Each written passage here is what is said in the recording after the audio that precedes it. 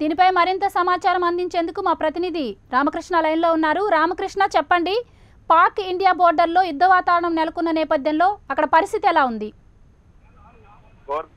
రెండు దేశాల మధ్య కూడా ప్రస్తుతం ఉద్రిక్త పరిస్థితులు నెలకొన్నాయి. రెండు బార్డర్స్ వద్ద కూడా భారీగా సైనికుల్ని మోహరించడం జరిగింది.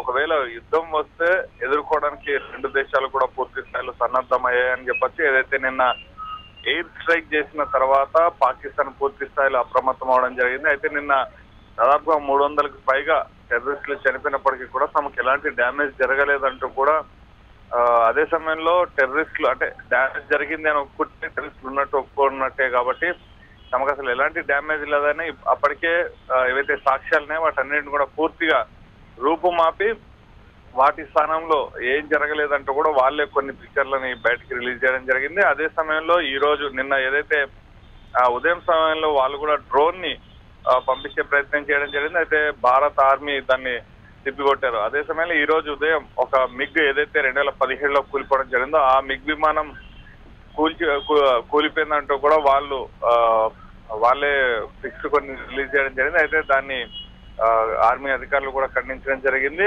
అదే సమయంలో ప్రస్తుతం పూర్తి స్థాయిలో బార్డర్ వద్ద యుద్ధ వాతావరణం నెలకొందని చెప్పొచ్చు. భారీగా ఆర్మ్డ్ ఫోర్సెస్ ని ఏర్పాటు చేయడం జరిగింది. మరోవైపు పాకిస్తాన్ కవ్వింపు చర్యలకు పాల్పడుతుంది. ఏదైతే అక్కడ ఉన్న నిబంధనలు ఏవైతే ఉన్నాయో వాటన్నింటిని కూడా తుంగలో తొక్కుతూ కాల్పులు చేస్తూనే ఉన్నారు. అదే సమయంలో ఉదయం బంకర్లతో అటాక్ చేసే ప్రయత్నం చేశారు. 10 మంది జవాన్లు ఇండియన్ జవాన్లు గాయపడ్డారు. వెంటనే తెరుకున్న ఇండియన్ ఆర్మీ పాకిస్తాన్ పైకి అటాక్ చేయడం జరిగింది. దాదాపుగా 3 గంటల పాటు అక్కడ కాల్పులు జరిగాయి. అదే సమయంలో మరొకసారి మధ్యాహ్నం తర్వాత పాకిస్తాన్ కవ్వింపు చర్యలకు పాల్పడడం జరిగింది. వాళ్ళు అటాక్ చేస్తూ ఎక్కడైతే కవ్వింపు చర్యలకు పాల్పడుతూ భారత్ ని రెచ్చగొట్టే ప్రయత్నాలు చేస్తున్నారు. మరోవైపు ప్రపంచ వ్యాప్తంగా కూడా నిన్న ఏదైతే ఎయిర్ స్ట్రైక్ చేయడం జరిగిందో దానికి ఎయిర్ సర్జికల్ స్ట్రైక్ కి పూర్తి స్థాయిలో భారత్ కి మంచి స్పందన లభించని చెప్పొచ్చు. టెర్రరిస్టులను అణిచివేయడంలో భారత్ మంచి పాత్ర పోషిస్తుందో అవసరమైతే పూర్తి సపోర్ట్ చేస్తామంటూ కూడా అన్ని దేశాలు కూడా చెప్తున్న పరిస్థితి అనిపిస్తుంది. ఈ రోజు సెనెట్ లో అమెరికా కూడా దానిపైన సెనెట్ లో అమెరికా ఏదైతే నిన్న దాడులు జరిగాయో దాని పట్ల భారత్ తీరు సరైనది అంటూ కూడా వాళ్ళు కూడా చెప్పడం జరిగింది. అలాగే మిగతా దేశాలు కూడా దాదాపుగా భారత్ అన్ని దేశాలు కూడా సపోర్ట్ చేస్తూ వచ్చే మొత్తంగా చూసుకుంటే మాత్రం రెండు దేశాల మధ్య మాత్రం యుద్ధ వాతావరణం కనిపిస్తుంది. మరోవైపు భారత్ మాత్రం పూర్తి స్థాయిలో సన్నద్ధంగా ఉంది. ఎందుకంటే నిన్న ఇమ్రాన్ ఖాన్ చెప్పారు తప్పకుండా ఏదో విధంగా భారత్ పై దాడికి మేము దిగుతామంటూ కూడా చెప్పిన నేపథ్యంలో రామకృష్ణ ఒకవైపు కవ్వింపు చర్యలకు పాల్పడుతూనే మరి ఇప్పుడు చూసాం ఇమ్రాన్ ఖాన్ యుద్ధం వద్దు అన్నట్టు మాట్లాడారు. మరి దాని గురించి మనం ఏమనుకోవచ్చు, దాన్ని ఎలా చూడొచ్చు మనం?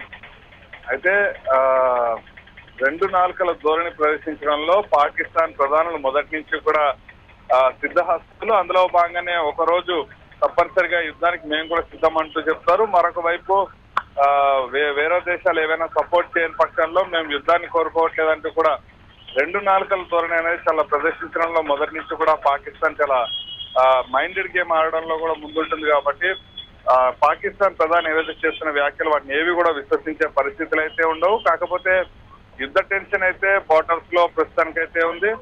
ఎటు నుంచి ఎవరు దాడులు చేస్తారనే భయంలో స్థానిక ప్రజలైతే ఉన్నారు.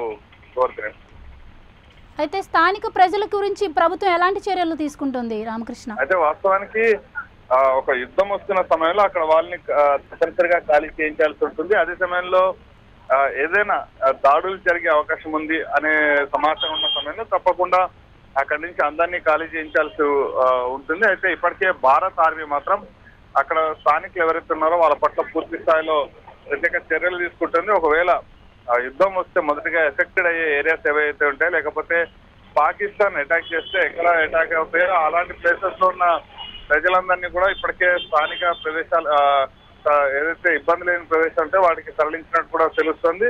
అదే సమయంలో పాకిస్తాన్ కూడా దీనికి సంబంధించిన పూర్తి స్థాయి సన్నద్ధాలు చేస్తుంది. ఒకవేళ మరొకసారి భారత్ విరుచుకుపడితే ఏదైతే నష్టం జరగకుండా ముందుగానే వాళ్ళు కూడా దాడికి తీసుకెళ్ళడం జరిగింది. అయితే సాధారణంగా భారత ఆర్మీ ఎప్పుడు కూడా సామాన్యులపైన గురిపెట్టదు కాబట్టి కేవలం టెర్రరిస్టు లేకపోతే పాకిస్తాన్ వీళ్ళ మీద మాత్రమే దృష్టి పెట్టడం జరుగుతుంది. కానీ పాకిస్తాన్ వాళ్ళు మాత్రం భారత్ కి సంబంధించిన ఏ ఒక్కరిని కూడా విడిచిపెట్టే ప్రసక్తి ఉండదు కాబట్టి ముందు జాగ్రత్తగా భారత ఆర్మీ మాత్రం అక్కడ ఉన్న వాళ్ళందరినీ సురక్షిత ప్రదేశాలకైతే తరలించడం జరిగింది. అయితే రామకృష్ణ, మన పైలట్ ఒకరు అక్కడ బందీగా ఉన్నట్లు వాళ్ళు ఒక వీడియోని రిలీజ్ చేశారు కదా, దాని గురించి మన గవర్నమెంట్ ఏమంటుంది? దానిపై ఎలా స్పందించింది గవర్నమెంట్? గోవర్ధని ఏవైతే ఇప్పుడు ప్రస్తుతం వీడియోలు రిలీజ్ చేస్తున్నాయి కావచ్చు, లేకపోతే సోషల్ మీడియాలో వస్తున్న వీడియోలు కావచ్చు, ఏవి కూడా పూర్తిగా వాస్తవాలు కావంటూ కూడా భారత ఆర్మీ ఎయిర్ ఫోర్స్ పూర్తిగా కొట్టిపారేస్తున్న పరిస్థితి కనిపిస్తుంది.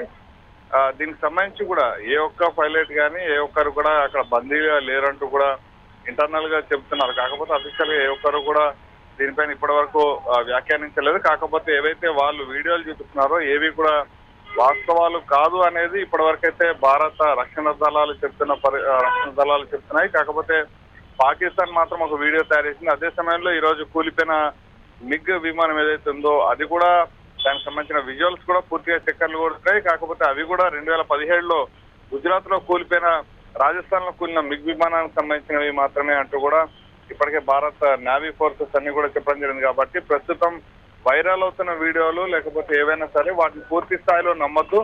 ఏదైనా భారత రక్షణ దళాలు దీనికి సంబంధించిన హోమ్ సెక్రటరీ ఎవరైతే ఉన్నారో ఆయన ఏదైనా అఫీషియల్ స్టేట్మెంట్ ఇస్తేనే పూర్తి స్థాయిలో అది వాస్తవాలు అవుతాయనేది భారత రక్షణ దళాలు చెప్తున్నాయి. Govardhani. Right, thank you Ramakrishna.